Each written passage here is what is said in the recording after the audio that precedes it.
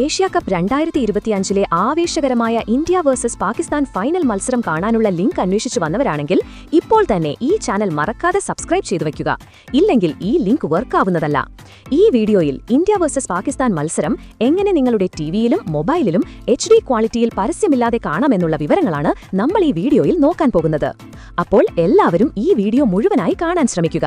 ഇന്ന് 2025 സെപ്റ്റംബർ 28-ന് ദുബായിൽ വെച്ചാണ് ഏഷ്യാകപ്പിലെ ചരിത്രപരമായ ഫൈനൽ പോരാട്ടത്തിൽ ഇന്ത്യയും പാകിസ്ഥാനും ഏറ്റുമുട്ടുന്നത്. ഏഷ്യാകപ്പ് ചരിത്രത്തിൽ ആദ്യമായിട്ടാണ് ഈ ചിരവൈരികൾ ഫൈനലിൽ നേർക്കുനേർ വരുന്നതെന്ന പ്രത്യേകത ഈ മത്സരത്തിനുണ്ട്.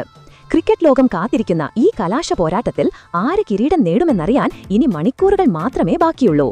സൂര്യകുമാർ യാദവിന്റെ നേതൃത്വത്തിൽ യുവനിരയുമായാണ് ഇന്ത്യ ഇറങ്ങുന്നത്. ഓപ്പണർ അഭിഷേക് ശർമ്മയുടെ തകർപ്പൻ ഫോമും ബൌളിംഗിൽ കുൽദീപ് യാദവിന്റെ മാന്ത്രിക സ്പെല്ലുകളുമാണ് ടൂർണമെന്റിലുടനീളം ഇന്ത്യയുടെ കരുത്ത്. ഈ ഏഷ്യാകപ്പിൽ ഇതിനകം നടന്ന 2 മത്സരങ്ങളിലും ഇന്ത്യയാണ് പാകിസ്ഥാനെതിരെ വിജയിച്ചത്.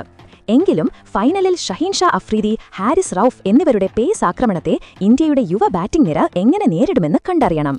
ഇരു ടീമുകളും ഏറ്റുമുട്ടുമ്പോൾ ഇന്ന് പോരാട്ടം തീപാറുമെന്നുറപ്പാണ്. മത്സരം തത്സമയം ഇന്ന് രാത്രി 8 മണി മുതൽ ടിവിയിൽ സോണി സ്പോർട്സ് നെറ്റ്വർക്കിലും, അതായത് Sony Sports 1, Sony Sports 3, Sony Sports 4, Sony Sports 5-ലും, മൊബൈലിലാണെങ്കിൽ സോണി ലിവ് ആപ്പിലോ വെബ്സൈറ്റിലോ കാണാൻ സാധിക്കുന്നതാണ്. ഈ പ്ലാറ്റ്ഫോമുകളിൽ കാണാൻ സബ്സ്ക്രിപ്ഷൻ ആവശ്യമാണ്.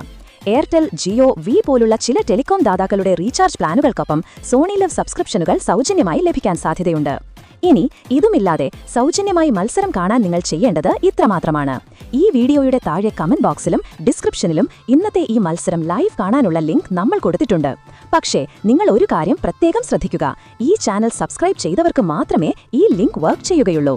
അതുകൊണ്ട് ഇപ്പോൾ തന്നെ ആ ചുവന്ന സബ്സ്ക്രൈബ് ബട്ടൺ അമർത്തിയതിനു ശേഷം മാത്രം കളി കാണാൻ ശ്രമിക്കുക. അപ്പോൾ നിങ്ങളുടെ അഭിപ്രായത്തിൽ സൂര്യകുമാർ യാദവിന്റെ ഈ യുവനിരയ്ക്ക് ഇന്ന് പാകിസ്ഥാനെതിരെ വിജയിച്ച് കപ്പുയർത്താൻ സാധിക്കുമോ?